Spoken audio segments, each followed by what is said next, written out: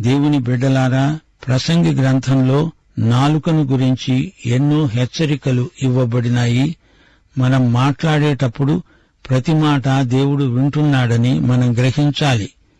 ఇష్టం వచ్చినట్లు మాట్లాడితే దేవుడికి అది గిట్టదు. నీ నాలుక విషయమై జాగ్రత్త. శ్రద్ధగా విను, నిదానించి మాట్లాడు, వినయశీలాన్ని అలవరుచుకో. దేవుని సన్నిధిలో మృదువుగా మాట్లాడడం అభ్యాసం చెయ్యి. నిన్ను నీవు సజీవ యాగంగా సమర్పించుకో.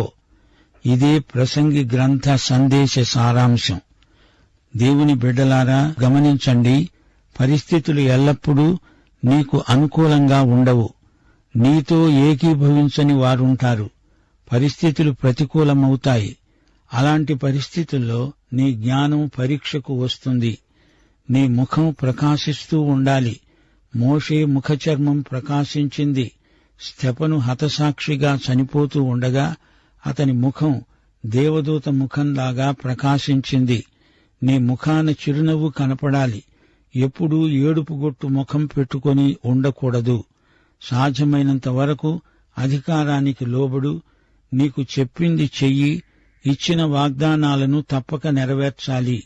ఊరికే కోప్పడొద్దు. అంటి ముట్టకుండా దూరంగా ఉండవద్దు. దేవుడు నీకు అప్పగించిన పని నమ్మకంగా చెయ్యి. చెడ్డ పనుల్లో పాలివాడై ఉండవద్దు. అపొస్తలుల కార్యములు 5వ అధ్యాయం 29వ వచనంలో వారేమన్నారు? మనుష్యులకు కాదు, దేవునికే మేము లోబడాలి. దేవుని బిడ్డలారా, గమనించండి, ప్రసంగి గ్రంథం నాస్తిక వేదాంతం కాదు. లౌకికవాదిని దేవుని వైపునకు మరల్చే ప్రయత్నమే ఈ ప్రసంగ వ్యాసం.